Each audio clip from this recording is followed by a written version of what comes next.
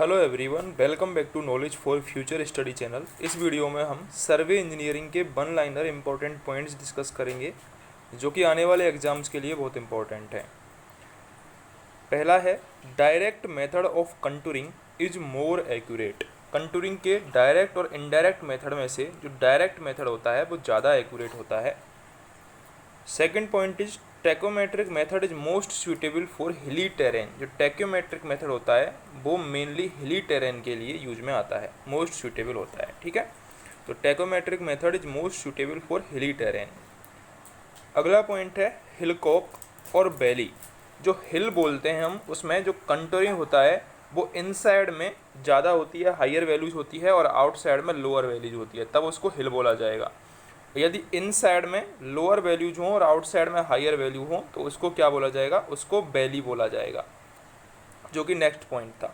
बैली में higher values are outside and lower values are inside होती हैं। अगला है कंटूर इंटरवल क्या होता है? तो vertical distance between two consecutive contours, दो कंजिक्यूटिव कॉन्टूर्स के बीच में जो वर्टिकल डिस्टेंस होती है उसको ही क्या बोला जाता है? उसको ही कंटूर इंटरवल बोला जाता है। अब है benchmark. Benchmark is established by spirit levelling. Benchmark किसकी सहायता से एस्टेब्लिश करते हैं? स्पिरिट लेवलिंग की सहायता से हम बेंचमार्क एस्टेब्लिश करते हैं। Plane table surveying require least office work. Plane table surveying require least office work. Detailed plotting is generally done by radiation. जो डिटेल्ड प्लॉटिंग है वो जनरली रेडिएशन की सहायता से की जाती है। अगला है size of plane table. Plane table की जो साइज होती है वो 600 mm इंटू 750 mm होती है। अगला है plumbing fork is used for accurate centring in plane table survey.